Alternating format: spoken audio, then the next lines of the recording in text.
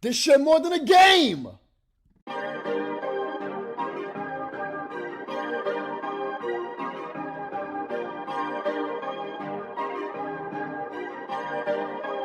Perfect.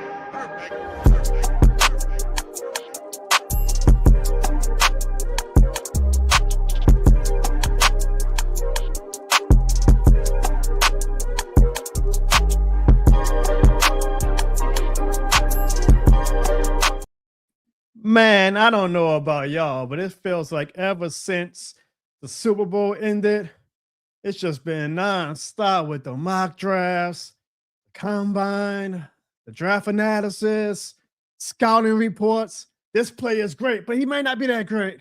This player could be good, but he might not be that good. Oh, the amount of mock drafts I've seen, the amount of player visits I've seen reported about, the amount of players I talked myself into, the amount of players I've talked myself out of, and then talked myself into again. I, for one, am just so exhausted and ready for the NFL draft to get here already. I mean, how many more mock drafts? How many more scouting reports? How many more draft analysis do we need before we get to the actual picks next Thursday? How many more draft shows do we need? Well, I guess one more, because tonight we're going to talk about the NFL draft. Ladies and gentlemen, welcome to the John Barnes Show, where this shit is more than a game.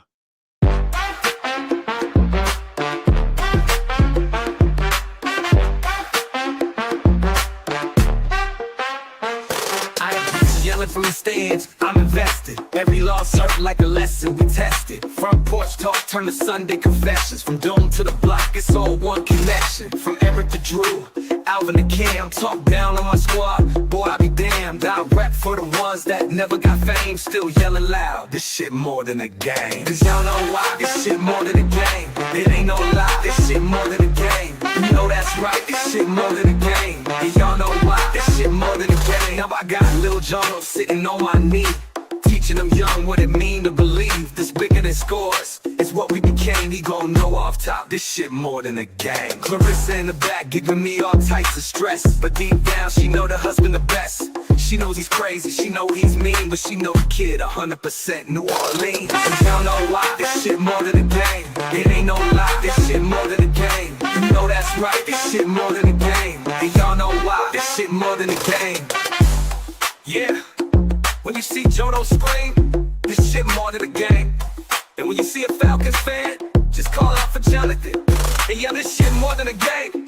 New Orleans know this shit more than a game. Louisiana know this shit more than a game. Texas know this shit more than a game. Whole world know this shit more than a game.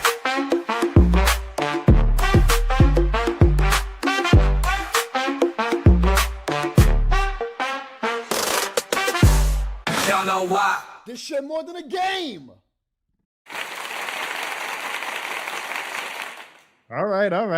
Don't everybody welcome me back at once. Ladies and gentlemen, welcome back to the John Barnes Show. It's so great to see a lot of the familiar faces in that chat right there. I appreciate you guys. No matter how many breaks I take or how many hiatuses I go on, you guys are always there from day one whenever the show returns. So from the bottom, I might this shit more than the game, black and gold heart. I appreciate every single one of you guys. And you know, it probably was a good time for me to take a little small hiatus because there's only so much draft talk you can do, right? You know, I was thinking about it on Tuesdays and I was like, I could go live tonight and, you know, do a mock draft with my audience, anything like that. But I'm like, there's 1,000 other shows that do the mock drafts and everything a lot better than me. So I was like, yeah, I'll just wait till the actual draft is near. And then we can finally talk about the things that we want to talk about the draft, because it feels like at this point now we know everything that there is to know about the prospects, who the Saints might be interested in, who the Saints might take, who you specifically want. We know all of those things. So as the draft is 1 week away, I felt now was the time to finally come on the show and talk about the 2026 NFL draft. A very big one for the New Orleans Saints. Picking number 8 in the draft. Or will they? Will the Saints trade up? Will the Saints trade down? Will the Saints draft a player that you've had on your number 1 target list next Thursday? Let us talk about it, ladies and gentlemen, because the draft is indeed next Thursday, and there's definitely been no shortage of names that the Saints have been linked to. Oh, hold on, I'm sorry. I know y'all. It's been a while. I see y'all doing it more than me. before we start off with the draft talk, do me a favor and leave a dish share more than the game in the chat right now so we can start the show off right the way we should. Because Bruce ain't damn sure has, the Know the Chop podcast damn sure has, Sandra damn sure has. Leave a dish share more. I can't even believe a Falcons fan left one. Wow. They must be struggling. They must be struggling. But I appreciate every single one of you guys, man. Let's get into it. Let's talk about the NFL draft happening next Thursday, because this show is one of the ones where you guys are going to be the co-hosts. We're going to talk about who we want to draft and then maybe who we think the Saints are actually going to draft, because y'all know a lot of times who we want is going to be different than who the Saints actually select. And we're going to talk about the approach to the draft. Would you be willing to trade back? Would you be bold enough to actually trade up? Even though we have the number 8 pick, would you applaud the New Orleans Saints for trading up to go to number 6 or number 4 if they really fell in love with a player? I don't know. I'll be thankful either way that Saints football and legitimate discussion is back. The same way I am thankful for everybody right there, as y'all see, who made this shit more than the scoreboard, because y'all know the drill. This shit is more than a thanks to Bruce St. Sandra. And the fish reminds me of her from my last episode a month ago, leaving the super chat. Y'all know every super chat we get, we invest right back into the John Barnes Show. And if you leave one over $5, the way Bruce St. Sandra and the fish reminds me of how I did last time, you too can make the exclusive This shit more than a scoreboard that will be prevalent throughout this whole episode, so that Sandra and Bruce Saint and Fish reminds me of her and see their names shining brightly throughout this whole episode. And the next time we go live, folks, is going to probably be the NFL draft. So I don't need to do another draft preview show next Tuesday. So I say I'll just wait till Thursday and we can do a live reaction like we did the past few years to the NFL draft and our instant analysis to the Saints draft pick. And Lord knows last year, my day 2 instant analysis was not one that did not age well. But that's one thing about me. I'm always going to come back, rain or shine, happy or sad, right or wrong, and give my take. And hey, if it winds up being a great take or if it winds up being a bad take, I don't care as long as the New Orleans Saints win. So let's get into it, y'all. The draft is indeed next Thursday. And I want to know, let me know in the chat, who have you guys selected as your pick? Okay, not who y'all think the Saints are going to select. Who have you selected as your pick for the Saints when they come up at the number 8 pick in the draft next week? Who do you want the New Orleans Saints to draft? You got to be realistic. Of course, like you can't say, well, not that anybody would, but, oh, I want to draft Fernando Mendoza. Well, we all know Fernando Mendoza isn't going to be there at number 8. You might say, oh, man, I really want Arvell Reese. Well, odds are that Arvell Reese is not going to be at the number 8 pick. But you know who might be at the number 8 pick? A lot of interesting names, all who I have at this point talked myself into. So you got Jeremiah Love. He can still possibly fall to number 8. I know we signed Travis Etienne. I got to get used to saying Etienne instead of Etienne now. Travis Etienne. But hey, we had Deuce McAllister when we drafted Reggie Bush, so that ain't going to stop us if a great running back prospect falls to us in the draft again. You got Caleb Downs, you got Sonny Styles, you got the wide receivers in Cornell Tate, Jordan Tyson, and Mekhi Lemon. You got Ruben Bain and Francis Muaga, Mansour Delane, Etta Shoes on. A lot of possibly great names and great prospects will be available for the New Orleans Saints at the number 8 selection next Thursday. So I want to ask you guys, who do you want? Now, who do you think we're going to select? We'll get to that next. Who of all of these prospects, these realistic prospects, do you want the Saints to take at number 8? Only pick one name. Don't say, oh, I want Love, I want Downs, and I want Tate. No, pick one. You're the Saints GM. By happenstance, all 8 of these names are available at the number 8 pick when you are on the clock. Who would you select of these prospects? Would you take a Caleb Downs? Would you take a Cornell Tate and say, we're going to get tired of Sheck some help? Would you take David Bailey? If David Bailey happens to fall and say, you know, we're going to beef up this defensive line. Would you take Francis Muaga and say, I know that offensive line is not a sexy pick, but damn it, we need a great O-line to protect Tyler Sheck going forward? Would you take Jeremiah Love? The names do not stop. The possibilities are endless. Who would you take with the number 8 pick in the draft? I have thought long and hard about it. And of these prospects, I will say, I don't think Jeremiah Love is going to be available at number 8. Jeremiah Love was my favorite going into the offseason. Of course, then we signed Travis Etienne. So How much of a need is Jeremiah Love? I don't know. I don't think that he's going to fall to number 8. I think at worst, the Washington Commanders are going to take him. If he happens to fall from the top 6 picks, I think the Commanders will take him at number 7. But if Jeremiah Love just happens to be available at number 8, I would take him. I would take Jeremiah Love even with the Travis Etienne signing, because I believe the firepower that Jeremiah Love can bring to this offense and help out our running game, that helps out Tyler Shook and makes us win games that we probably would not have been able to win without a strong running game. I think he makes that much of an impact. Now, with that said, I don't think Jeremiah Love is going to be available at number 8.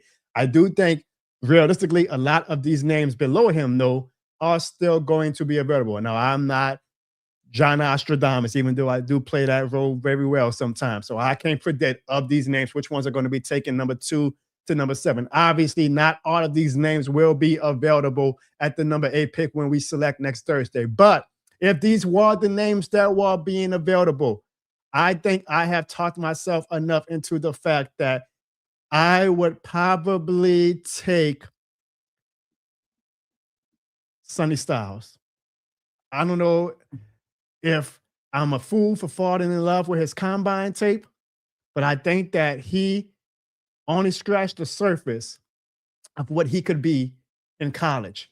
And with that strong pro day where he had one of the best pro days in NFL draft history, and his measurables, along with the fact that he's actually a pretty good football player. It's not like he's just like a workout warrior. He is a good football player.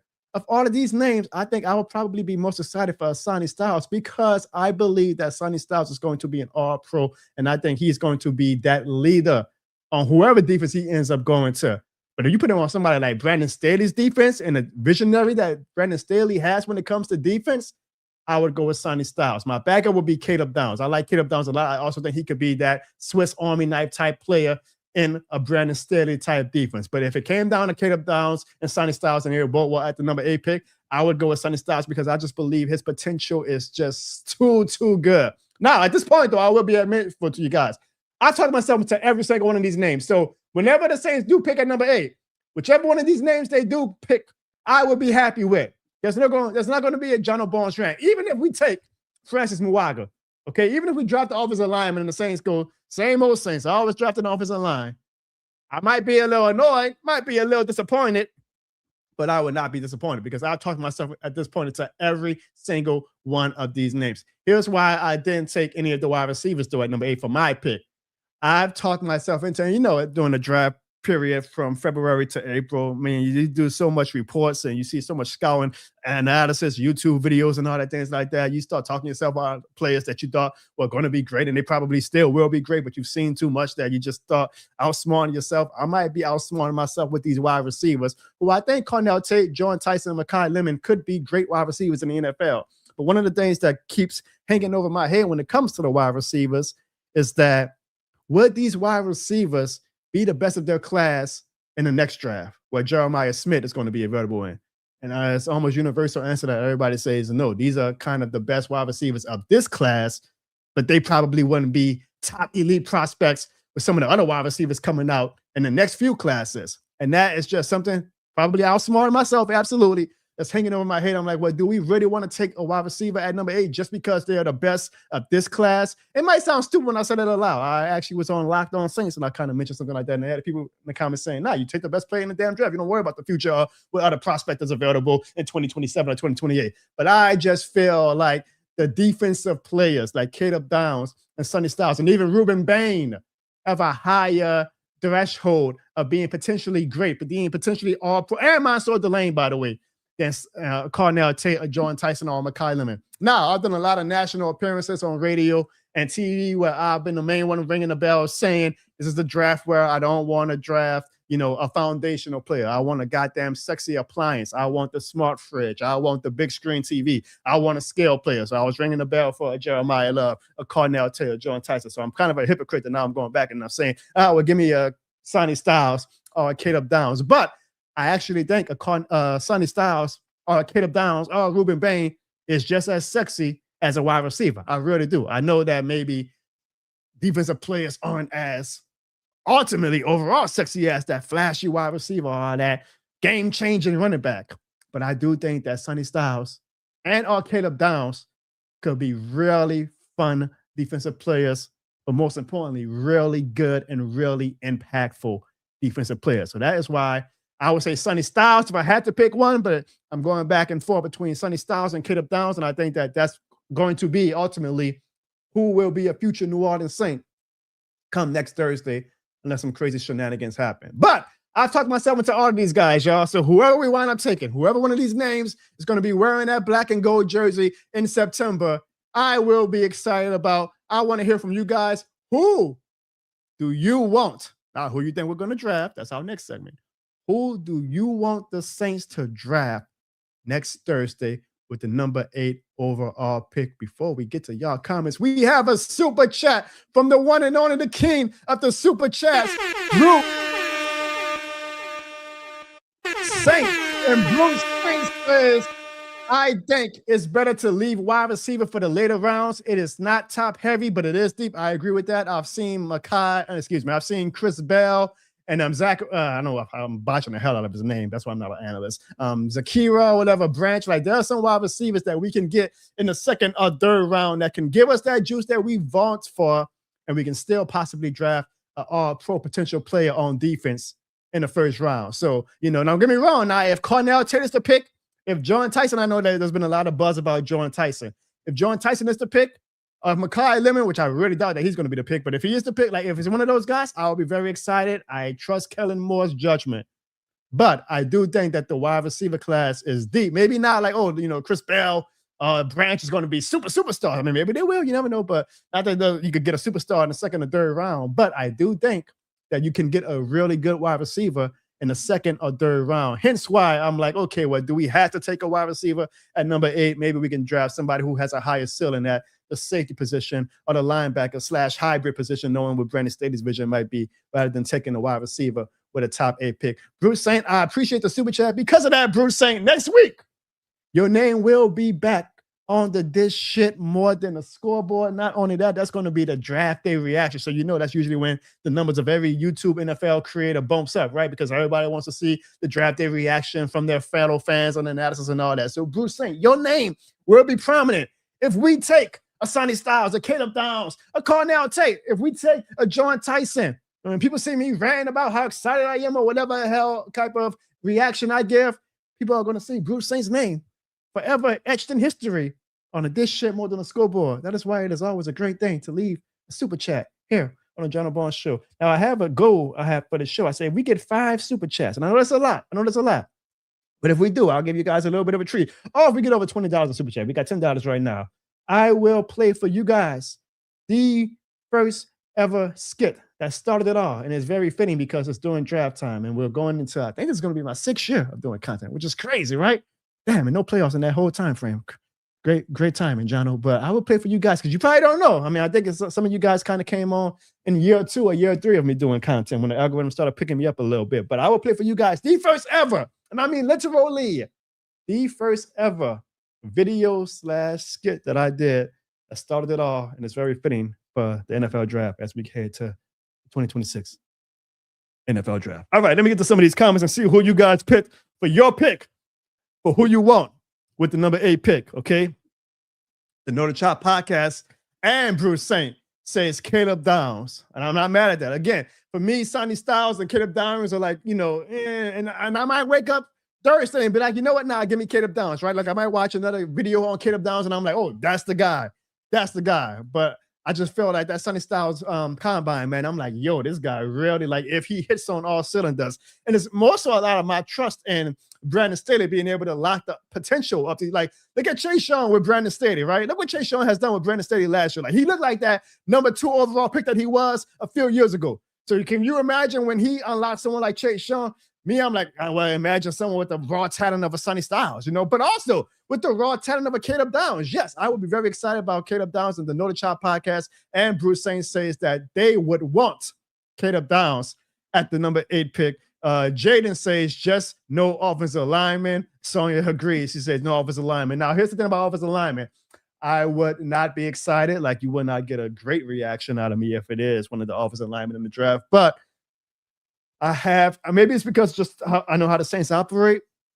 if by chance, maybe we trade down and say, we're going to take an offensive lineman. We're going to try to add up for some draft stock, for the 2027 draft, or maybe they want an extra second or third round pick.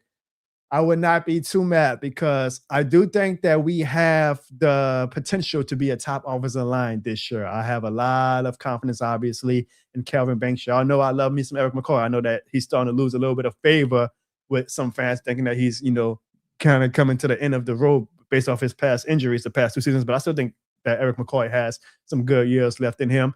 You got Fuaga on the other side. I think that Fuaga and Banks are going to be two stalwarts that, even though we were not excited about drafting them, I guess, and not nothing against them, we just don't, offensive linemen aren't sexy when you draft them. I think that that's going to be two stalwarts that are very, very helpful to have for Tyler Shuck in his era going forward. And then you have David Edwards now on that offensive line. Like, we have the possibility of being a really good offensive line. And if Kellen Moore and Loomis say, yeah, Ruiz, you are the weakest link, goodbye, we think that one of these offensive linemen in the draft can really make us go from a good offensive line to an elite offensive line. I think by September, all of us would talk ourselves into it. As much as it would not be exciting next Thursday, I do think all of us would talk ourselves into it. Now, would it be annoying? Yes, we'll be like, come on, man, we're doing goddamn offensive linemen every draft. Technically, Ruiz should still be in the peak of his career that we don't need to be thinking about drafting his replacement. But draft results are the draft results. We'll see. All I'm saying is that, no, I would not be over the moon excited about offensive line, but I also wouldn't be too mad either. Like, you wouldn't get the type of reaction you got out of me when we drafted Shook. You might just get more of a, well, okay, I guess, offensive lineman again. We'll see, though. We'll see. I don't think we're drafting an offensive line in the first round this year, but you never know. Sonia also says, so it looks like Caleb Downs is the clear favorite of who Saints fans want, realistically, right, with the number 8 pick. Jerry's on my side. Jerry says Sonny Styles. So it seems like the 2 Ohio State guys are the ones that fans want with the number 8 pick. Now, I'm glad that Retro Gamer makes this comment because Mansour Delane is definitely somebody that could be the number 8 pick. And after his workout at LSU's Pro Day, I really started coming around myself to the idea of drafting Mansour Delane. How would you guys feel about Mansour Delane at number 8? I would actually be, Mansour Delane is, I don't know if I'll be as excited as I would be for Sonny Styles or Caleb Downs, but I think he's like that next level, that next tier of, I would be a bit excited because I don't think Kool-Aid is a number 1 cornerback. I think Kool-Aid could be a really good number 2 cornerback, but I still don't think that we have that number 1 cornerback position locked down. I think Mansour Delane could be a solidified number 1 cornerback going forward. And the fact that he's an LSU guy, like usually the LSU guys, everybody's consensus number 1 overall favorite that they want to draft, right? We always want the LSU player. So it's kind of surprising that Mansour Delane isn't as popular as a popular pick as, a Caleb Downs or Sonny Styles, but I would be excited about Mansour Delane, and we do need cornerback help. I like Kool-Aid. I'm not writing him off. I'm not saying he has no shot at being a number 1 cornerback, but I just think that his ceiling ultimately will be a good number 2 cornerback, which leaves that number 1 spot kind of open that maybe we take Mansour Delane. And I think that would be nice to have, an LSU guy for the first time ever. I don't think the Saints have ever taken an LSU player in the first round with the first round pick before. I could be wrong. But that would be fun. So I have talked myself into Mansour Delane a lot, L Retro Gamer, your pal Retro Gamer, and we'll see what happens, if we wind up taking Mansour Delane. Slim South says if we pass on Delane, the Chiefs will take him because they need a cornerback. But it depends, Slim South. Like, what if Ruben Bain happens to fall down the draft? We saw the report that came out uncoincidentally this past weekend about, his driving episode where he unfortunately had an accident that took the life of somebody, and then he got another citation later this past year. So, does that raise character concerns that usually happens during draft time where he falls down, along with the fact that he has the short arms that people keep talking about, and does he fall to the Kansas City Chiefs and the Chiefs say, hey, we need a defensive lineman playmaker. We're taking Ruben Bain, even if Delane is on there. It's going to be very interesting. Like, I think that there's going to be some good names that fall to us at number 8 and that fall to us after we make our pick. So I'm really excited to see, where some of these names go to. Clarence says that he wants Caleb Downs too. So it seems like if I did a poll, the consensus favorite is that everybody thinks that they want Caleb Downs as their favorite realistic prospect with the number 8 pick. Either way, y'all, I'm going to be excited. Either way, I'm going to be excited for any of these names. Let me put the names up again. These to me are the realistic names of the people that we can take. But it's going to be a fun night. Maybe Arvell Reese does fall to the Saints. Or maybe there's been rumors, there's been some mock drafts where people have mocked Mickey Loomis trading the number 8 pick to move up to go to number 3 to take Arvell Reese. So I ask you guys a question. How would y'all feel if the Saints traded up? If the Saints took their number 8 pick and gave a future draft pick up to whatever team is above us from number 1 to 7, because they really fallen in love with such a player like a Arvell Reese or whoever. Maybe it's David Bailey. Who knows? How would y'all feel about that? I personally would not be a fan of trading up this draft. We are picking number 8. Let's just stay there. There's some good draft prospects no matter what. Far be it for me to act like I'm an expert over the scouts on our team and Kellen Moore and even Mickey Loomis, but I don't see any player worthy of us giving up future ammunition and future draft prospects and future assets when we can possibly get just as good of a player at the number 8 pick. So when I see these mock drafts having us trade our number 8 pick and future first round picks just to move up to number 4, just so we can take an Arvell Reese or a David Bailey, I'm like, why?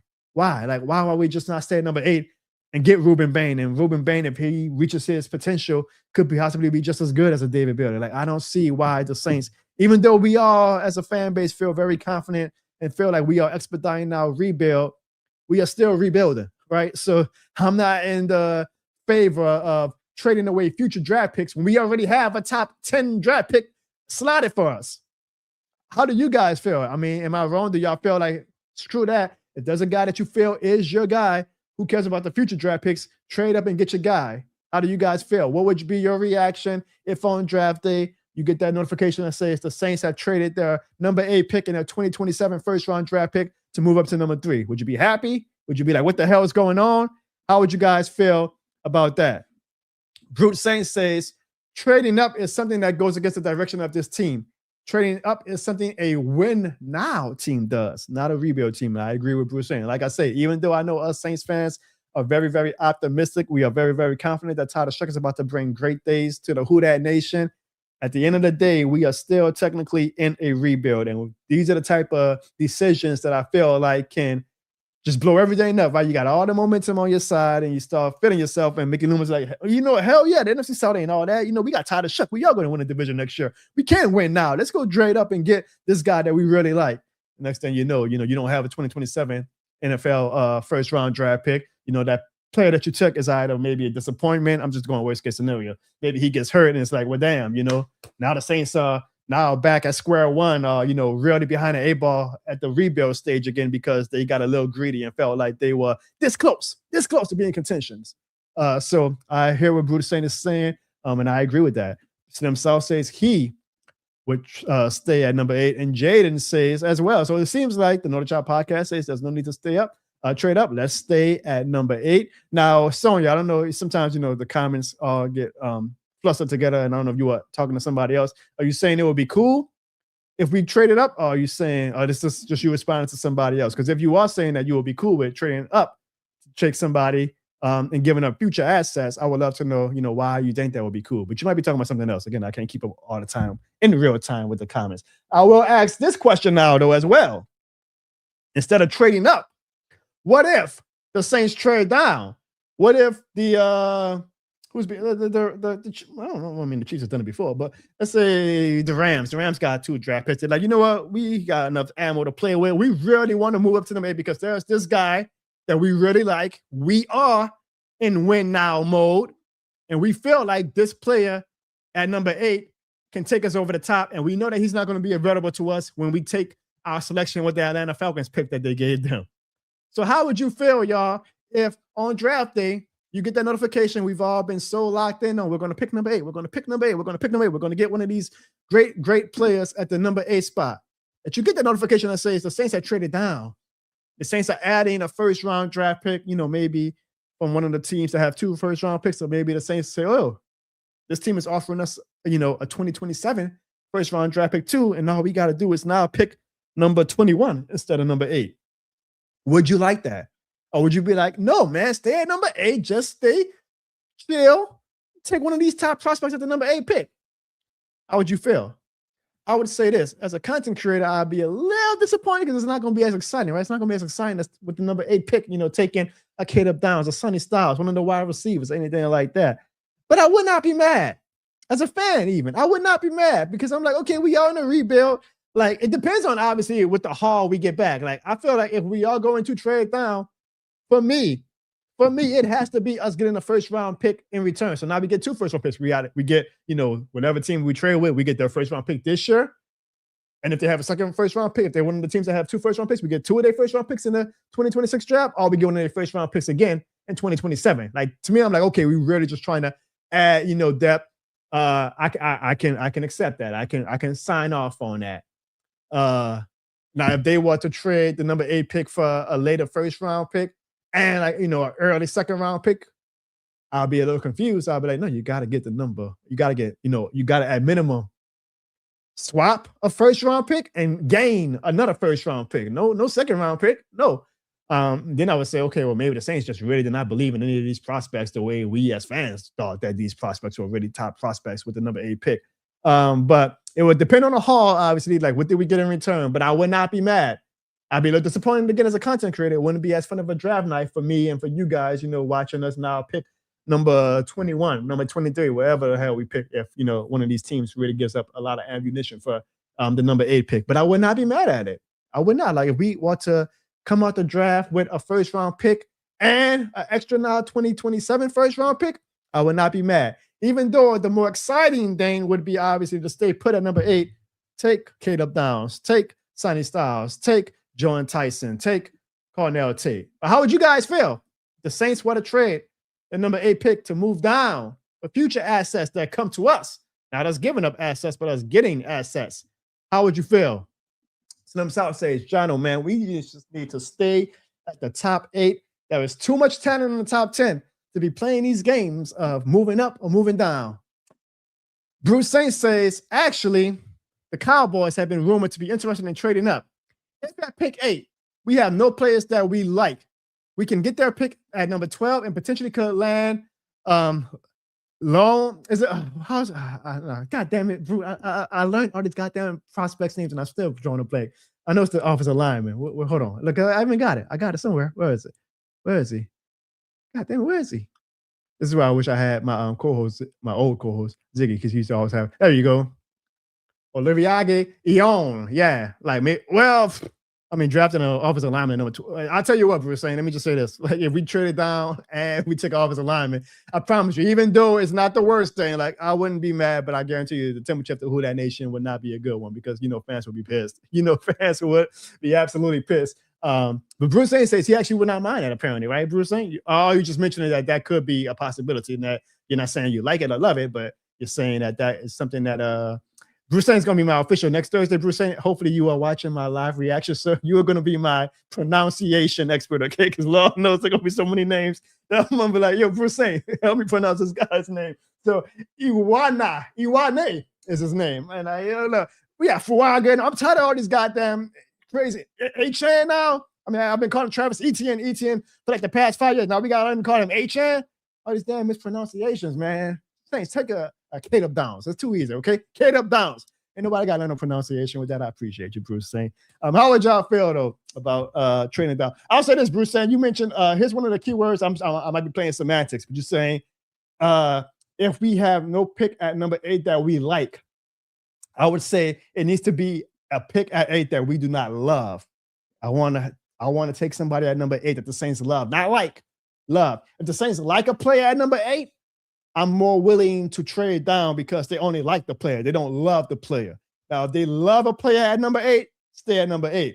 If we get to number 8 and the candidates of the draft selections that are left available are just players that the Saints like, but not one of the players that they would have loved, then I'm more open to, okay, if the Cowboys call and say, hey, but we love this player. Y'all may not love him, but we love him.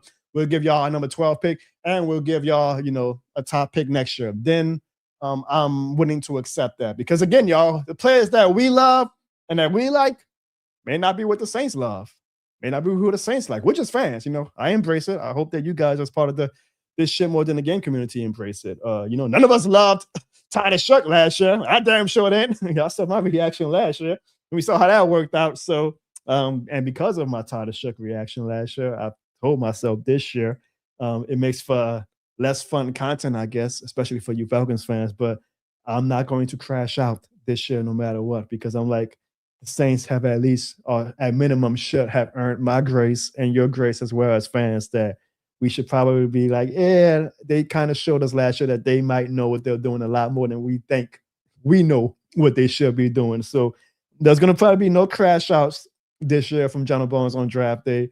But I am hoping that there is a universal feeling throughout Who Dat Nation next Thursday night, next Friday night, and next Saturday night when the draft is officially over, that we all feel really good about the future of our team. As good as we feel now, that we feel even better after next Saturday night about the future of the New Orleans Saints and the Saints' chances in 2026 and the Saints' chances in 2027. It will definitely be interesting. Bruce Saints says, whatever happens, we have to trust that coaching staff, that they know what they're doing. I agree. They have, after that last year's draft, they have earned my goodwill, right? Like, if they would have had a bad draft last year, Titus Shuck wound up being what I thought he was going to be, and I'm so glad I was wrong, then yeah, you probably would have got another crash out for me if they took a player that I didn't want this year. But because they had such a good draft last year, I am willing to be very graceful and not make myself look like an idiot again for the second straight year, and trust what the front office and the coaching staff is doing with the draft picks that they select, the draft decisions that they make next week. Sandra says, I understand when the last Sandra, oh, good question. I'm so glad you're wrong, because I saw that you said that Etienne is pronounced the same way as yours, right? Because I never even, picked up on your last name being what I thought was Etienne. Now I see it because YouTube does the thing where they just go by your username and not your actual display name. But your last name is also Etienne, right? Like, you pronounce the name Etienne. And that's interesting to me, Sandra, because when Travis Etienne mentioned in his press conference that, everybody's been calling his name wrong, he just kind of went with it the past few years in Jacksonville. His name is Etienne, not Etienne. His last name is Etienne, not Etienne. I mean, there was a lot of Cajuns on Twitter that were like, man, I'm as Cajun as the most Cajun person alive, and I've never even seen that myself, somebody spelling Etienne, E-T-N. So, Sandra, your name is pronounced, your last name is spelled Etienne, but it's pronounced Etienne, right? Sandra Saint Etienne. That's interesting to me. I've never seen that before. Travis mentioned it, and we've had you and your sister. Well, I think your sister's Shelton, but that might be from marriage. But I've never seen that. We've had you in our chat for the past 3-4 years, and we had an Etienne in our chat, and nobody would have thought to call it Etienne. We all would have said, yeah, it's Sandra Saint Etienne. It's Travis Etienne. So that's all. I mean, that's cool. That's cool. And I'm getting in the habit of pronouncing it Travis Etienne. I think it's pretty cool that that now that he's in a New Orleans Saint, he's kind of like, all right, I can really embrace my my Louisiana background and let y'all know that it is Etienne. It's not Etienne. And it's also hilarious. Like, all of us, everybody in this chat, we've all been calling him Etienne for years now. And when we signed him, Travis Etienne is a Saint. Travis Etienne is a Saint. And now we like, oh, it's actually Etienne. That's is that like a I don't know, Sandra, do you have any ties to Travis Etienne? I mean, I feel like that's such a specific pronunciation of people who spell it Etienne that it ain't like I feel like there's a lot of Etiennes that spell it Etienne walking around, especially from Louisiana. So Sandra, do you have any ties to Travis Etienne? If you do, tell him to come on to This Shit More Than the Couch and let's talk some Saints football. He's about to be a very popular person in the city of New Orleans. But yeah, Travis Etienne, and Lord knows I need to start learning before next Thursday the pronunciation of all these draft picks, and hopefully the Saints take somebody that doesn't have a crazy last name so that I don't look like an idiot to the lurkers that come on next Thursday when the algorithm pushes all the draft content to people who aren't subscribed to my channel. I'm looking forward to the draft next week. I guess here's my final question, because I saw some reports, including from the great Nick Underhill. Hold on, Sandra left the comment. She says, kind of, Jono. She calls hers Etienne, where Travis is Etienne. Sounds like Ch when it flows together. My name for the last 20 years. So she married into the Etienne part of her last name. Not Etienne, but E-A-T. It's so funny, how pronunciation works. And especially with me having a platform, I joke about it. Lord knows I mumble a lot of my words. I took speech classes when I was a kid, so I kind of use that as my crutch whenever I mispronounce something, to say something completely off the cuff on this show with my audience. But I do try to be respectful of the actual names of the people who I talk about. And if Travis Achan says his name is Achan, I'm going to call it Achan. And if you see, I already lost to Bruce Saint comment of that offensive line. Well, I'll learn his name, Bruce Saint, if we actually draft him next week. But pronunciation, you gotta love it. This shit more than a pronunciation, right? This shit more than a pronunciation. Final question about the draft, y'all. So Nick Underhill said that the Saints really like Jordan Tyson, and we've been having a wide receiver debate since the end of February about if we do draft a wide receiver, which one of the wide receivers are we going to take? Are we going to take Jordan Tyson? Are we going to take Cornell Tate? Are we going to take Mekhi Lemon? Those are the top 3 wide receivers that have first-round grades that would likely be the pick if we decide to pick a wide receiver at number 8.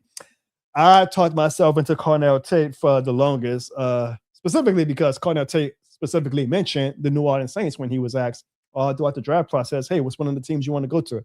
Cornell Tate proactively said, the New Orleans Saints. I want to play with Tyler Shook. I like what they're doing in New Orleans. Of course, us as fans, we love hearing that. Oh, this player, a top prospect, wants to come to New Orleans. You're our guy, right? Not that Jordan Tyson wouldn't be our guy, not that Mekhi Lemon wouldn't be our guy, but when a guy like Cornell Tate says, hey, I wouldn't mind being a New Orleans Saint, he instantly shoots up the draft board for all of us Saints fans. So I talked myself into Cornell Tate being the number 1 guy. Now, I've seen a lot of reports. I've seen a lot of scouts. I've seen so many different varying opinions of people saying Cornell Tate is the best wide receiver in the draft. No, Mekhi Lemon is the best player in the draft. No, Jordan Tyson is the best wide receiver in the draft. So, I guess it depends on who you ask, who has the highest potential or whatnot. I asked you guys, if it comes down to the wide receivers, if it comes down to Cornell Tate, if it comes down to Jordan Tyson, or if it comes down to Mekhi Lemon, if we are, because I know like Bruce Saint said in his value point, like, hey, maybe we just take a wide receiver in the 2nd or 3rd round, add some depth. May not have the highest ceiling that one of those 3 wide receivers have, but they are still good players, and we keep relying on Olave to be that number 1 guy. He's damn sure going to get paid like a number 1 guy soon enough. But who would you take if it was one of these wide receivers next week with the number 8 pick? Would you take Cornell Tate? Would you take Jordan Tyson? Or would you take Mekhi Lemon? I think for me, it seems like based off all of the people who are much smarter at this draft stuff than me, Cornell Tate and Jordan Tyson seem to be the consensus, like the top 2 guys. If they reach their potential, these guys are going to be the ones you want to take as your top wide receiver. It seems like Jordan Tyson, from all the things that I've read, has the ultimate ceiling of the 3 wide receivers. But I've seen some people like fall in love with Cornell Tate. Some people say, hey, Mekhi Lemon, if he puts all of it together, it's the top guy. So I ask you guys, if it's a wide receiver, who would it be? Again, mine would be Cornell Tate, but mine comes with that fan bias. I'm not an analyst. I'm a fan. Cornell Tate said he wanted to be a New Orleans Saint. He instantly won the favor of me and a lot of other fans. I would go with him. But I have read the reports that Jordan Tyson is the Saints' number 1 wide receiver prospect on their draft boards, and that he could potentially be the number 1 receiver that we take in the draft, and that he has more potential at his ceiling than what Cornell Tate has at his ceiling. The Know the Chop podcast says he would rather Cornell Tate if it comes down to those 3 wide receivers. Slim South says he would rather Cornell Tate if it comes down to those wide receivers. Hurricane Mikey, it's good to see you in the chat, my guy. Hurricane Mikey says Mekhi Lemon. That's interesting because Mekhi Lemon is kind of like the clear number 3 of those wide receivers based off draft analysts. And Mikey's saying no, Mekhi Lemon is the number 1 guy. He's the guy that I would love if we took one of these wide receivers in the draft. Slim South makes a good point. Y'all know Ohio State has been very kind to the New Orleans Saints when it comes to not only Saints wide receivers, but just Saints draft prospects in general. So you go with a guy like Cornell Tate. So it seems like Cornell Tate is the favorite. Bruce Saint says if we get the wide receiver number 8, it will most likely be Tate. I don't know about that, Bruce Saint, because again, I mean, just going by Nick Underhill, who kind of has his ear to the Saints pulse. He said that, Jordan Tyson is a guy that the Saints really like. Now, I don't know, was he just kind of like giving us a wink or what, but we'll see. I mean, I think that if the Saints want to draft a wide receiver, I think it would come down to Tate versus Tyson. I would talk myself into either one. Obviously, again, Tate is my favorite because of how much love he's shown New Orleans and Tyler Shook. But it'll be fun. It'll be fun to see. I don't think the Saints are going to take a wide receiver at the number 8 spot. But if we do, I'll be again, y'all. Of all of these prospects, I have talked myself into every single one. So if they call one of these names on next Thursday, I will be very, very excited. Almost as excited as I am that Sandra leaves a $10 super chat, and Sandra says, I just love, in all caps, that's how you know she loves. I just love this show. No draft comments. She is just supporting. Well, Sandra, you are one of our favorite supporters on the show, and we appreciate you very much. And because of that, Sandra, you see, your name's already right there. What great timing, Sandra. Your name's already on the This Shit More Than a Scoreboard. Next week, when I do my draft reaction live, when we watch the draft together as a great This Shit More Than a Game community, Bruce Saint and Sandra, your names are going to be on that scoreboard. So imagine if we take a player who ends up being a Saints Hall of Famer, an NFL Hall of Famer, and this video of John Barnes' reaction to the Saints taking their Hall of Famer goes down in history in 20 years from now. People look at, hey, how did John Barnes react when we took that Hall of Fame player at number 8? They're going to see a Bruce Saint and a Sandra on a This Shit More Than a Scoreboard. It will live forever in infamy. I appreciate you guys. Thank you. Thank you very much for the super chat, Sandra. I put it on a YouTube link. We got 5 super chats that I was going to show the first ever John Barnes video, but I mean, $20 is a good number. It's a very, very good number. So because of that, I don't need another 3 super chats. I'll play it for you guys. When I first started doing content, which was in 2021, it was right around draft time. So y'all know I have done a bunch of skits ever since. Some funny, some, they ain't all be first round draft picks, okay, folks? I want to show you guys. This was literally the first one that I ever did. This is when I said, hey, I'm gonna take my shot at the content game. And I had no idea what I was going to do. I was throwing a lot of darts at the dartboard, and I was like, I'm going to do vlogs, I'm going to do skits, and I've kind of stayed true to that vision a little bit, but I've kind of honed in on my niche, if you will. But this was literally, I bought the camera equipment and everything, and this was literally the first video that I did and the first video that I put up when I said I'm about to become an official content creator. This was even before I wasn't even trying to be just a Saints content creator. Obviously the Saints and you guys have shown me so much love that I kind of got bottled into, the Saints niche, which I love. That's my passion. I love me some Saints football. I love me some New Orleans. I love me some New Orleans sports. But I made this video not thinking that, this is going to be my bread and butter. It's doing Saints content. But this was literally the first thing of everything that I posted. I posted a lot of videos. But this was, hey, I'm glad Clarissa's on the show right now too, because she was a part of this. This was my very first video that I did as a content creator. That is very fitting given that we are on draft weekend, or we are coming up on draft week, because we got $20 on super chats, y'all. And I know you guys all weren't there on day one. How would you be? Ain't nobody y'all woke up in 2021 and say, hey, what does John Barnes think about the Saints draft? I have to build up an audience, right? This was my first ever video that I've done as a content creator some 5 years ago now. But I'm about to play for you guys. Shout out to Bruce Saint. Shout out to Sandra. What's wrong? The Saints are about to pick. Pick what? The next player here we're about to draft. Hopefully, fans, whoever we pick, I feel like nuanced discussion in sports is missing these days. It's either the worst pick in the world or the best pick in the world. That's what sports is missing. Everybody needs a hot seat instead of just having a nuanced discussion about whoever the player is. Nobody can stay calm and collected these days, man. It annoys me, but What do you want to get shady? whatever. Come on! 6 hour day. Is this America's Next Best Dancer or the NFL Draft? Let's go! Who are they going to pick? I have no idea, man. But like I said, whoever it is, fancy to stay calm. Shut up. Shut up.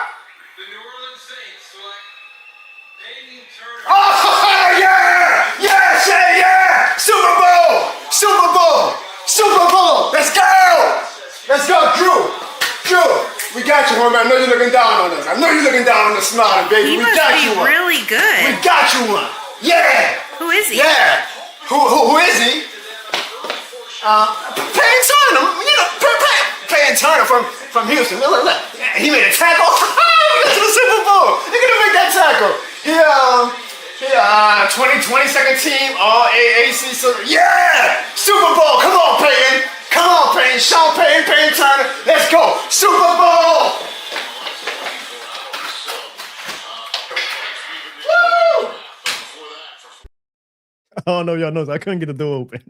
So that was my very first, like that was the first video when I said, I'm gonna be a content creator. I uploaded that video. I was just having fun with how fans were.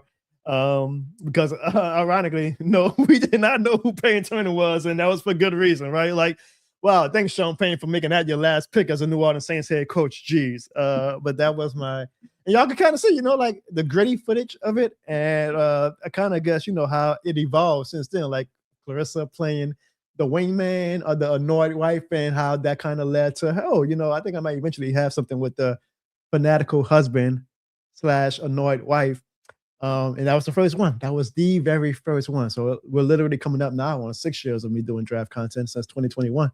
And it started on draft week, was when I say, hey, let me kind of get my foot in the game with content and just kind of see where it takes me. And very uneventful, though, that it was Peyton Turner that I started off with when it comes to draft coverage. And unsurprisingly, mainly, like that video didn't go like viral or anything. It had like 1,000 views, which is pretty good for like a guy who didn't have an audience at all. Because obviously the algorithm picked, hey, reaction. It's to Saints fans who want to see what fans are thinking about Peyton Turner. But that same week, I did another video that came to me. I was on Twitter and I just saw all the reactions of Saints fans for that draft class and people loving the picks and hating the picks. And, I kind of say, I could piggyback off of what I did with that Peyton Turner video and just kind of do a general video of how Saints fans are during the NFL draft. So where was that Peyton Turner video you guys just watched? I'm glad that you guys are still watching this show and going through a history lesson of the John Bones Show that you probably don't give a damn about. But hey, I do. So even though that Peyton Turner video didn't do huge numbers or whatnot, the video that I did literally after I did it that Saturday was the video that, in just my first short week of being a content creator, put me on the map, at least on Twitter, where it blew up, and suddenly I went from 600 followers on Twitter to I ended the weekend with like 1,600, and that was for me at the time. I was like, whoa, shit, I got 1,000 followers. So this next video was the one that really made John Bones become known in the Who Dat Nation, and now I have this great audience that I have. This next video is the one that put me on. We are going into the 5-year anniversary of it. Actually, the 6-year anniversary. If I did it 2021, the 6-year anniversary of it. And again, around draft time, I always remember it because it was always the one that I remember for the first time ever. Social media was like, yo, whoever this John Barnes guy is, I like him. That was before this shit more than the games. That was before. Shit, a lot has happened since then. I got married to Clarissa. We had a little Jono. I've been on a lot of shows. I've been on a lot of national outlets. A lot has happened. This was the video that same week, literally 2 days after that Peyton Turner video, which was kind of like hit or miss on how, if you thought it was funny or not, that all the Saints fans loved, and it's built what you see today. Here is the second video that I did as a content creator that is very, very fitting as we go to the draft next week. Here we go, baby. NFL draft. Yeah, I haven't watched much college games this year, but I know a good player when I see one. What? Well, why did we draft him? Why did we draft a player who plays the same position at my favorite college? I don't even know how the hell to pronounce his name. I've never seen this guy in my life, but he went to Ohio State, so, I mean, he's got to be pretty good, right? What? I hate the pick. I hate it. Yeah, I know that the scouts and GMs do more college film study than me, Shitty, but I don't tell it when I see it. Come on, man. Take the wide receiver. Take the wide receiver. Offensive lineman? I can't go buy an offensive lineman's jersey. No! He's not even the best linebacker available according to Mel Kiper. Todd McShay says that this James Piper guy is the best player available, and he plays defensive end, so we gotta take him. And we don't. Oh my. What? It says, according to bestdraftpicks.com, yeah, picks with a Z, that this running back is definitely the best one available. He's the fastest and the most athletic. So, naturally, he has to be the pick, right? I don't know why we never picked the player from my favorite school. Come on, man. I didn't see this guy's name in any mock drafts that I read. Nope. I hate the pick. It wasn't a position that I wanted, so I hate the pick. I mean, come on, I've never even heard of that school. Yes, babe. Babe, yes. Okay, babe, I know I haven't watched college football all season, okay? Okay, I know there's a reason why they're the scouts and I work at the produce section at the supermarket, but you gotta understand, this is the worst draft ever. Okay, I like this pick in the 7th round. I'm convinced. Super Bowl.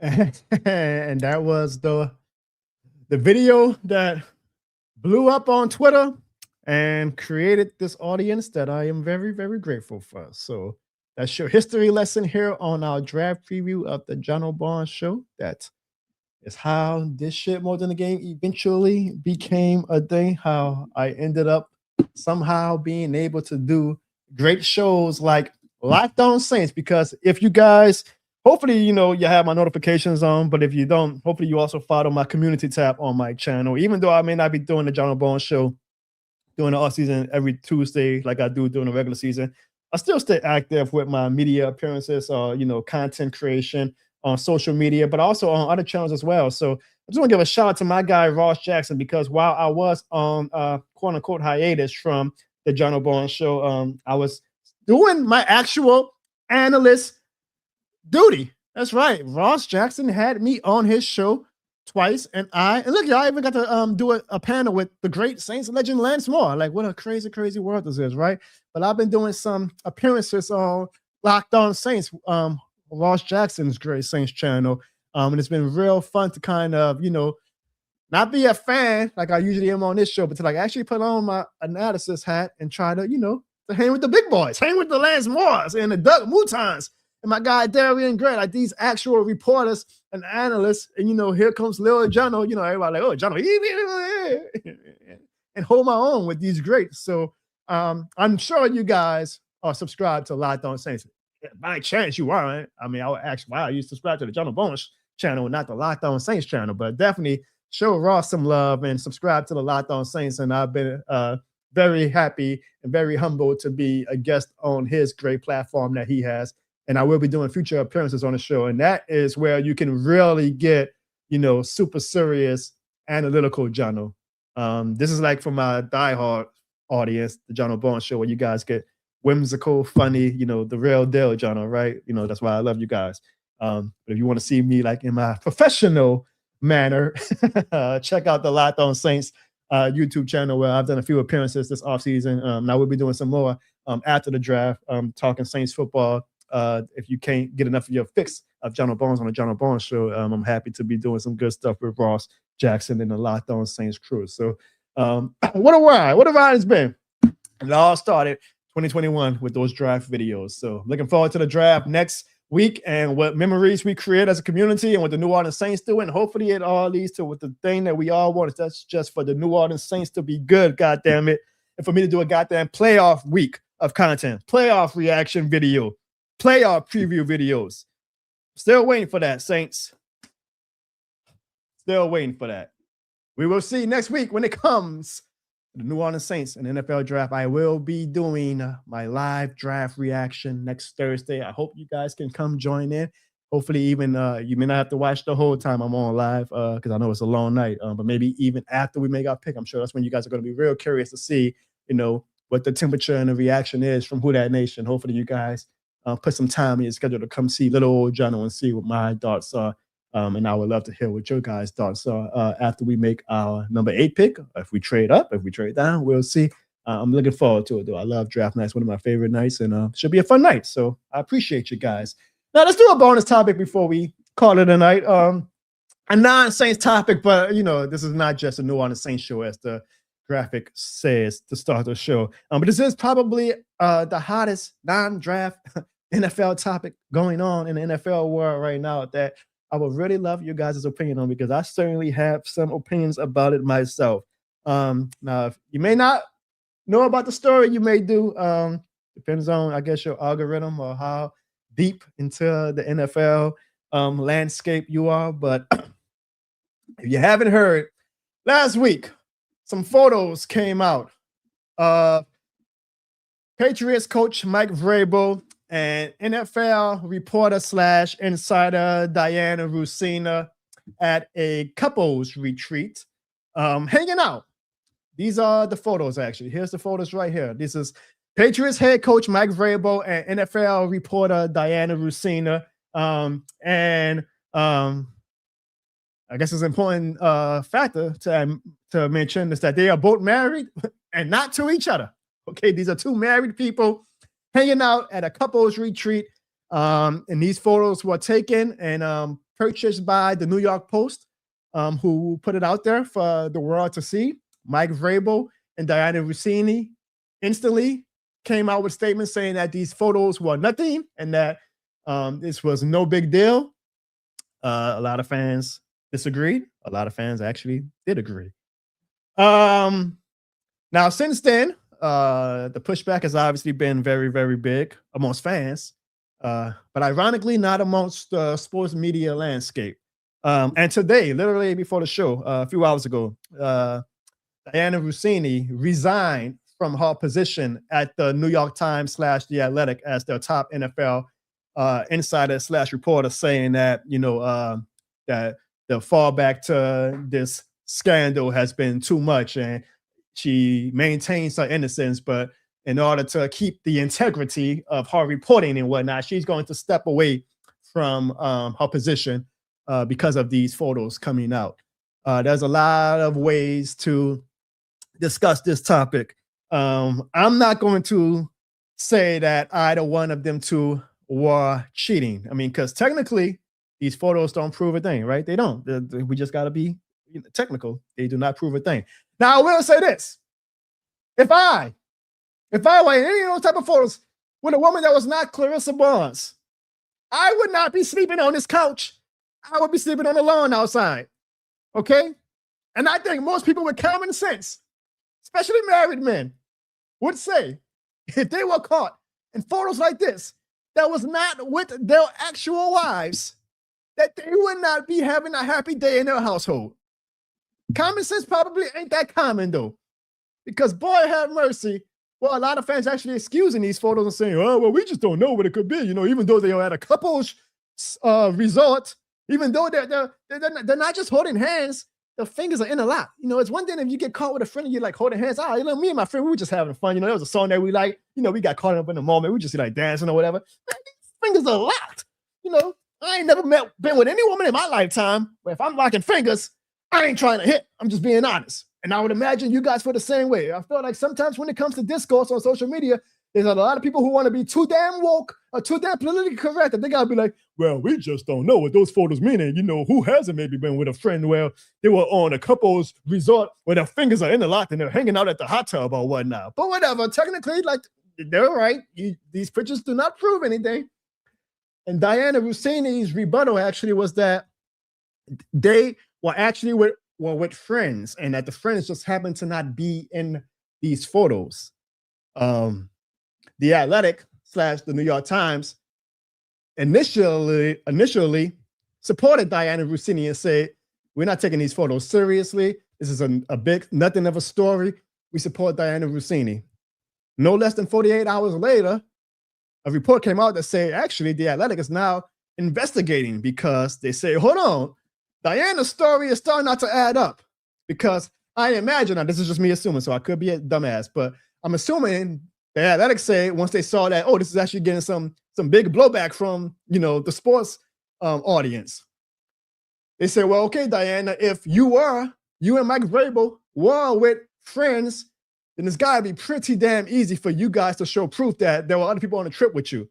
Unless this is the first ever girls' trip where none of the girls actually took photos together. And the first time in history, a girls' trip where Dianna Russini and her friends did not take photos together on the actual top-end resort. It should be the most easiest thing in the world for you, Dianna, or Mike Vrabel to show proof to us that there were other people with you guys on this trip. I'm going to assume that Dianna or Mike Vrabel have not been able to show that proof. I wonder why.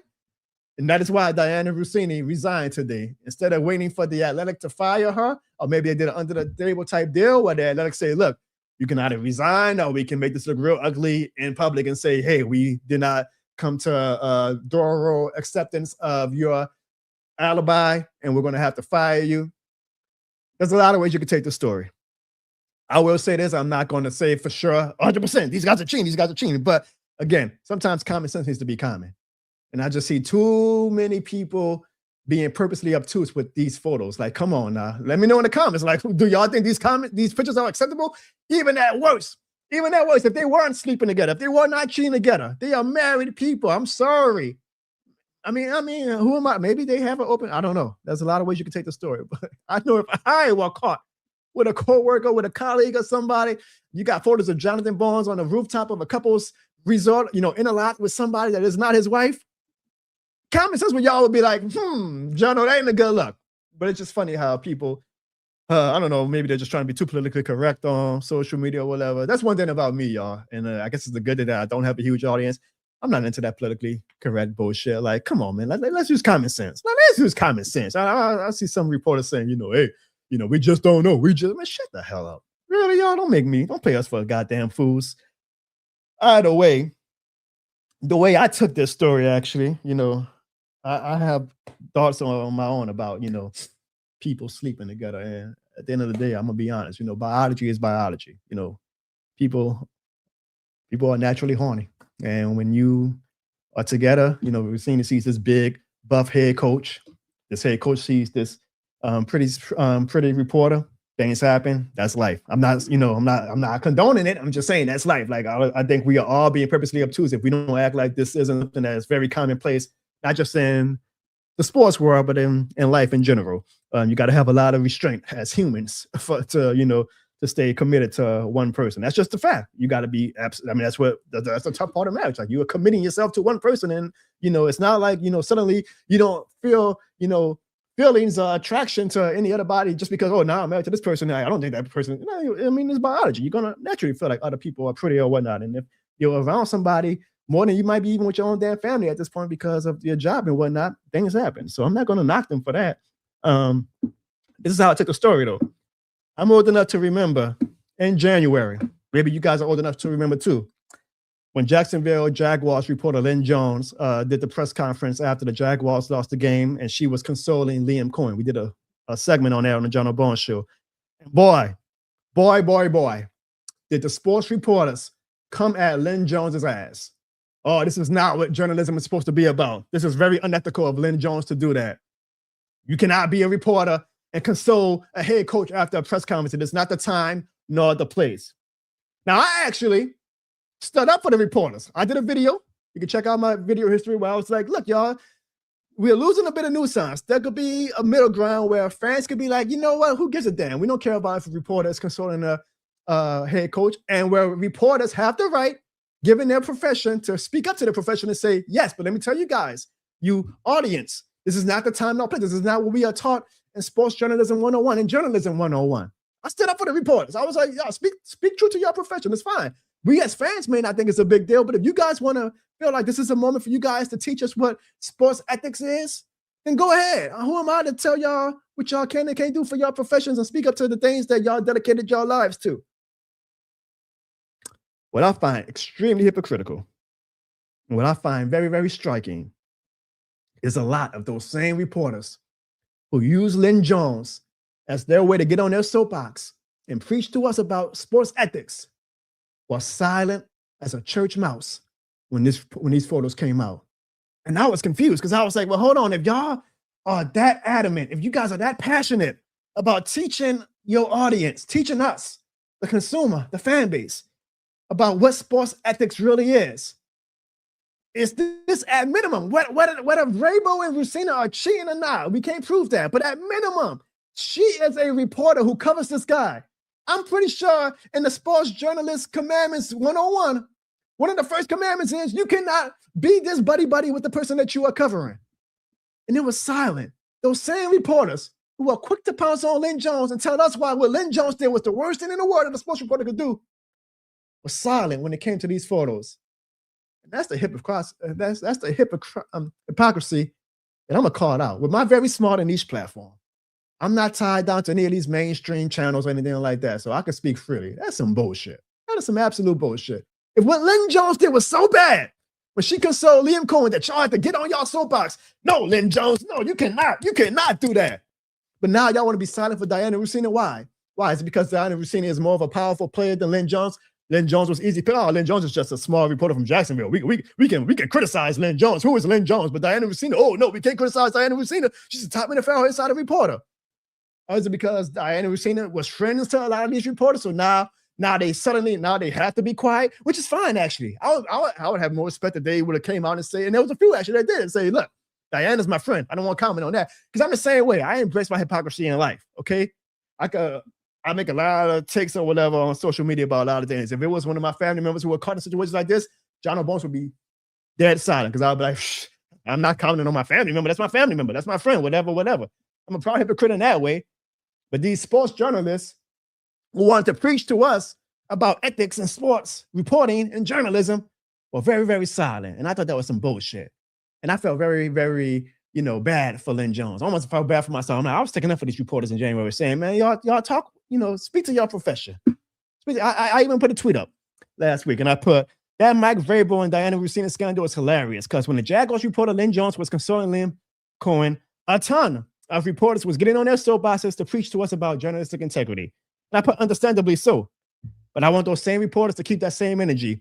Here's a spoiler alert, y'all. Those same reporters did not keep that same energy. And even with this tweet that went viral, y'all see 300,000 views, 1,500 retweets, et cetera, et cetera. There were people who were still mad at me for saying understandably so. They was like, no, Jonathan, how dare you? These goddamn reporters shouldn't be saying shit about Lynn Jones. And I'm like, God damn, there we go again with we're losing nuance, y'all. We're losing nuance. Like I'm still, I'm going at these reporters, but apparently I'm still sticking up for these reporters at the same time. Either way, the hypocrisy to me was very, very striking. I hope Lynn Jones, if anything from this field, is vindicated because it wasn't every reporter, by the way, so I'm not trying to lump every goddamn sports reporter into one group. Hell, there are some sports reporters who actually were liking my tweets about this whole topic and coming to me one-on-one. I'm not going to put them out there, but, that agree with me, but I guess for whatever reasons can't come out publicly and say it. My thing is for the reporters who are loud and instructional about why what Lynn Jones did was wrong. You need to keep that same damn energy with this Dianna Russini and Mike Vrabel story. Because if what Lynn Jones did, consoling Liam Cohen at a press conference, was so damn bad, but Dianna Russini potentially sleeping with a head coach, but at worst, frolicking with a head coach at a couple's resort is not a breach of journalism ethics that you guys were telling us was so important to you guys in January, then you're full of shit. You're full of shit. Now, me, I live in a world and I live in a mindset where I believe that all of us as humans are full of shit naturally. That's just how I live. I feel like life would be a lot easier if we all accept that. Guess what? Everybody in life is a hypocrite. Everybody in life is full of shit about something. But the problem with social media is everybody wants to get on their soapbox. Everybody wants to play this holier than thou card. Like, oh, no, not me. I'm not a hypocrite. Oh, I'm a righteously moral person. And man, shut the hell up. I'll be lying to y'all if I was acting like I was morally right about it. No, I'm not. I'm a hypocrite with a lot of things. These sports journalists who were talking all that noise about why Lynn Jones was wrong, this whole Dianna Russini scandal to me, I feel bad for Mike Vrabel's wife. I feel bad for Dianna Russini's husband, but I'm not really even focused on the part of are they sleeping together or not. I'm focused on the part of I remember how important journalism integrity was to these reporters in January who are now dead silent in April. And that's bullshit. And I have a different look about some of these reporters and sports media ethics now in April than I did in January. But I'm not surprised because the world is hypocrites and everything, not just sports. Journalism could be hypocrites in world politics now if you look at the things going on with Washington, D.C. and everything. So I just found it funny. I found it hilarious. And I almost find that maybe it was karma for all these reporters that wanted to preach to us in January about Lynn Jones. The mirror was now being reflected to them now in April about their friend Dianna Russini, the more powerful reporter than Dianna Russini, and they ain't saying jack shit. That's very hypocritical to me. That is very, very hypocritical to me. Let me know in the comments what y'all say. I could be right. Y'all might think I'm wrong. Y'all might think I'm an idiot. Let me know. Sandra says if that was me in those photos, Clarissa would not even let me stay on the property. Absolutely that. Absolutely that. Let me get to all these comments. Let me see where the first one was at. Chad says, am I ready? You're damn right I'm ready for this goddamn draft. Chad, you're damn right I'm ready for this draft. Bruce Saint says I'm making a fair point. Chad says Vrabel was giving Bruce. Now, like again, I'm gonna be fair. I'm gonna be politically correct on this part. We don't know. We don't know these photos. These photos can mean anything. These photos don't necessarily show two people, having a romantic. Well, I mean, they could show romantic. We don't know like if it's physical or anything like that. So I'm gonna be respectful on that part. But I mean, again, to me, let's make common sense comments sometimes, folks. Let's make common sense comments sometimes. I don't know. Maybe I'm a hypocrite on that way. Bruce Saint says that's exactly what it is. Dianna Russini has status. Lynn Jones to these reporters was just Lolio Lynn Jones. Who the hell is Lynn? The Jacksonville Free. What the hell is the Jacksonville Free Press? Well, I comment on Lynn Jones. Lynn Jones is a nobody. I got a list of these reporters who were talking loud about Lynn Jones who did not say a damn thing and still haven't said a damn thing about this Dianna Russini thing. Now, some people are taking the argument about what's going on with Dianna Russini and Mike Vrabel and how ESPN didn't really talk about it, how Fox Sports, like none of these major networks and outlets, besides a very few, like shout out to Mike Florio of NBC Sports and Pro Football Talk. He was one of the only national reporters, like one of the highly esteemed, has, power to his name reporters reporting on it throughout the whole ordeal. Whereas a lot of these other networks and, major reporters were being very quiet about it. And some people were arguing, but you guys are quick to do segments and, takes on the Boston Celtics head coach when he was cheating on Nia Long with the Celtics employee. When just last year, the Michigan coach got caught cheating with a Michigan staff member on his wife. When Tiger Woods years ago, got cheated on his wife, not even with a staff, which, but what was it? Front page news for that, right? They comment on that. I mean, that's kind of a different argument than what I'm going for. But I see, and I kind of understand a little bit what these guys are saying when it comes to the double standard that these sports media have. Like, oh, when it's one of your own, now y'all want to be quiet. Now y'all want to wait for more evidence. Now we can't talk about the morality of that. Okay. A lot of fans are taking notice. That's all I'm gonna say. A lot of fans are taking notice. Talented Mr. Ripley, even though you're a Falcons fan, you were right about that. I agree with that. Not just America, I think the world. I think we as humans, we're humans. We're imperfect. We are hypocrites. I think if you live a life where you can embrace that, hey, I'm a hypocrite about certain things. Life is very, very easy. Instead of you always feeling like you have to play this I'm high in moral code that people get caught in the trap of playing on social media. So now, like when something as obvious as, hey, at work, this is a breach of journalism ethics happens, you still got reporters right now. When Dianna Russini resigned today from The Athletic, you guys were very hard on Dianna Russini. And man, shut the hell up. Like, God damn, like, God, does it get exhausting to try to always be, so righteous on social media? I'm glad I don't live that type of life. Rose City says, my wife said, if I ever see you holding hands like that with another woman, that's your ass, Mr. Postman. Again, if any of you guys are married or even like in a relationship, actually show your partner these photos. You say, well, how would you feel if I was caught with that with another woman? I think that's when common sense becomes common. Then you got some of these people on social media. Oh, we don't know how to judge these. Man, shut the hell up! Like, goddamn, how woke do you have to be sometimes? Or how stupid do you think your audience is? Or how safeguarded do you want to be in your profession? Or your takes that you just can't actually use common sense sometimes. Like, we know what's going on with this. We know at minimum, we know that, hey, this is kind of unethical for a journalist to be doing this with a head coach when they're both married. But I guess sometimes I just say common sense ain't common. Clarissa says, where there's smoke, absolutely. Like, come on, nobody. I mean, I think I'm more annoyed again. Like, I'm more annoyed with the reporters who are quiet and the reporters who are saying something, saying, you guys are being way too hard on the story. And y'all don't understand why. Man, shut the hell up. Like, y'all treating us audience members like we're dumbasses.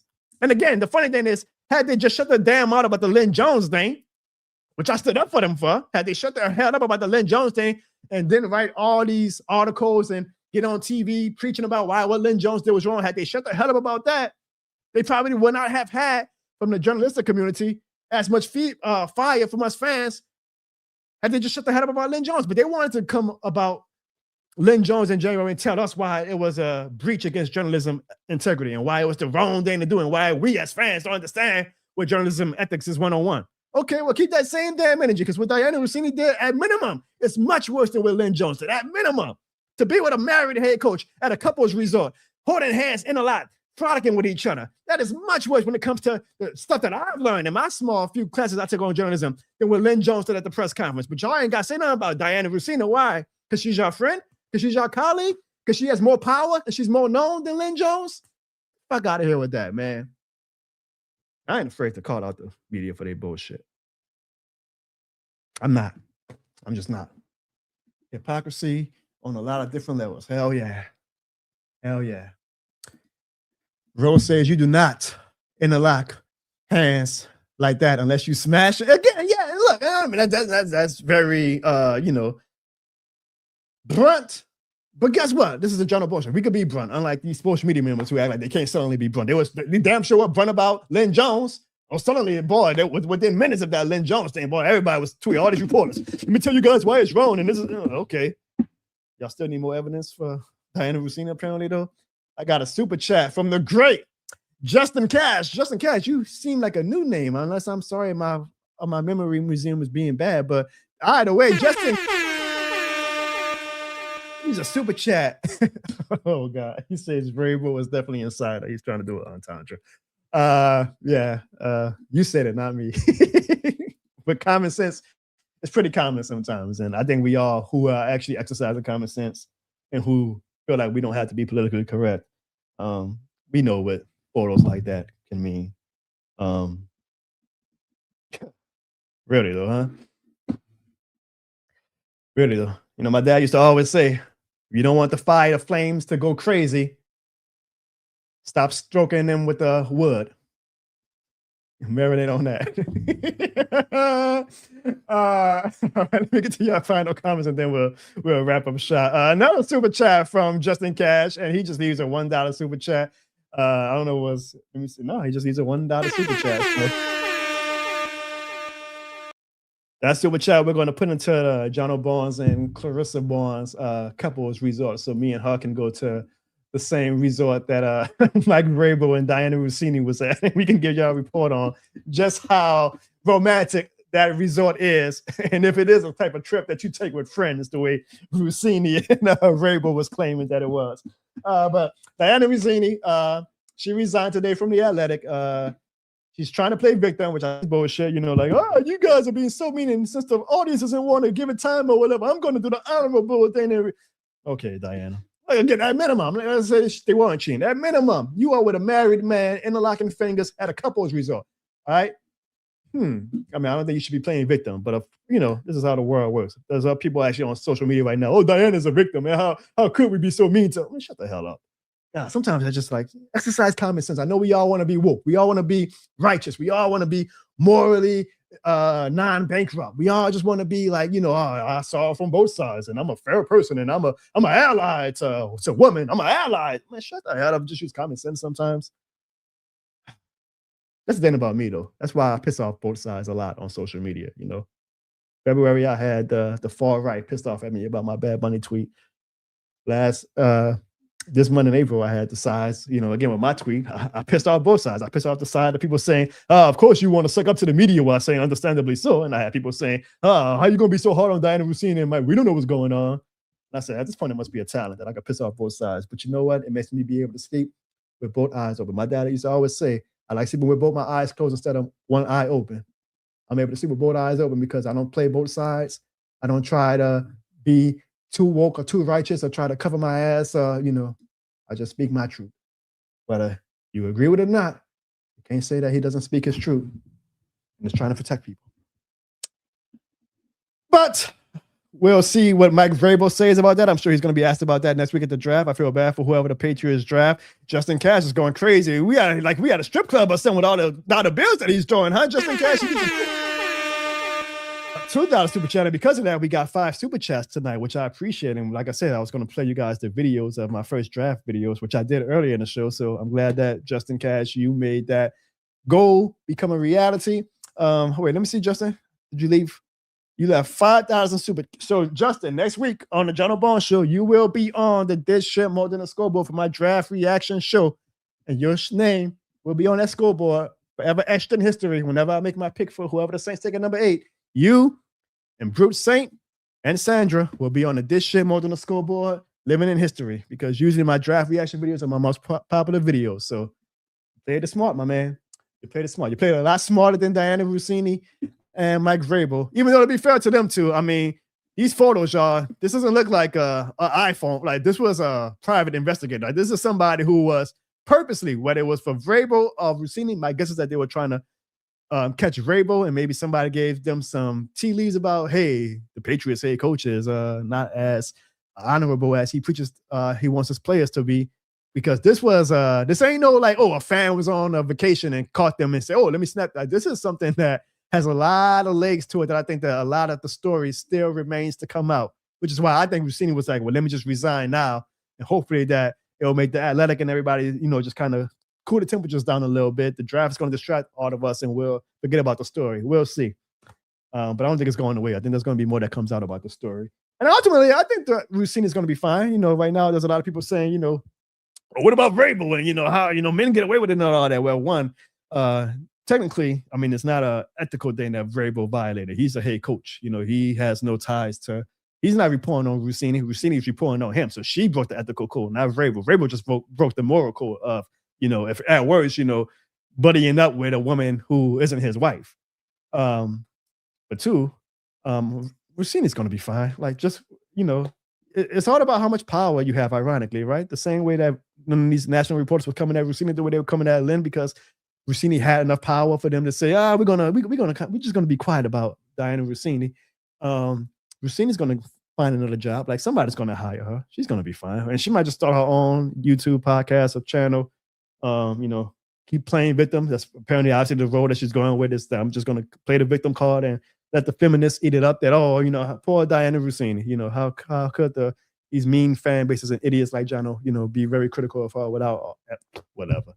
There's going to be some company, maybe Barstool Sports. Shout out to Barstool. I like Barstool Sports. Maybe they hire her. She's going to be fine. We don't have to make Dianna Russini a victim. If you guys really are like that strong, a feminist, wanting to be woke, morally righteous, I don't think you should use Dianna Russini as your example of the person you want to hang your hat onto. There's a lot of better examples out there, more valid examples, and more deserving examples to try to play that righteous card with than a reporter who, at minimum, breached journalistic integrity. But that's just how I feel when it's shit more than a game. Here's a gift just for you for being a fan. Are you going to a sports game or a concert or any major event? Well, buy your tickets from SeatGeek and use the promo code JONO at checkout, and you can receive $20 off your purchase over $50. That's $20 off your purchase. What are you waiting for? You know this shit more than a game, man. I appreciate you guys so much for joining the Jono Barnes Show after a month hiatus tonight. We will be back on this channel next week, next Thursday. We will be reacting to the New Orleans Saints number 8 pick. As Bruce Saint says, for my channel's sake, hopefully, yes, we do stay with the number 8 pick. And we will be reacting to at least the top 10 picks of the NFL draft. Thankfully, because we did have a bad season. We had a pretty fun season, but we were bad at the end of the day, right? We're a top 10 in picks. So I don't have to do a show where I'm waiting to pick number 20 something to the Saints to pick. I could, be done with the show by the 10th pick. But we will be doing a live reaction next week.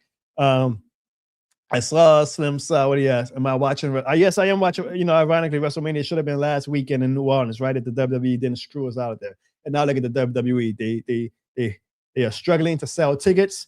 Their fan base is very, very upset with them about how poor this WrestleMania buildup has been. And it just goes to show, you don't screw New Orleans, WWE, TKO. You don't screw New Orleans. You damn sure don't screw this shit more than the game, because it always comes back to bite you. Ask the Atlanta Falcons. But I will be watching Slim South. I don't know if I'm doing content on it. If I do, I might just start a different channel specifically for wrestling, because them wrestling fans, boy, they passionate. I'm telling you, I always say, I told y'all many times, I'm probably missing out by not doing wrestling content, because there's a lot of money to be made with wrestling fans. But if I do get the motivation this week and say, I actually want to do a wrestling video, I'll post in my community tab at minimum. Here's the link, y'all, for my WrestleMania thoughts and my new wrestling channel. We'll see. But I will be watching WrestleMania this weekend, yes, and I'm looking forward to it, even though WWE did screw us. Did I miss a super chat? I'm just making sure. Hold on. No, all right, I got all the super chats. All right. I saw Sandra say about the super chat. I was hoping I missed it. Appreciate you guys. Next week, it's a draft. We will hopefully be looking at the next Saints Hall of Fame player. and it will hopefully begin the start of what could be a very, very fun 2026 NFL season for the New Orleans Saints and for the This Shit More Than the Game community. I appreciate you all. Always remember that no matter how hard the times get, the thing that you need to do is stay this shit more than the game certified. See y'all next week for the draft, folks. You know.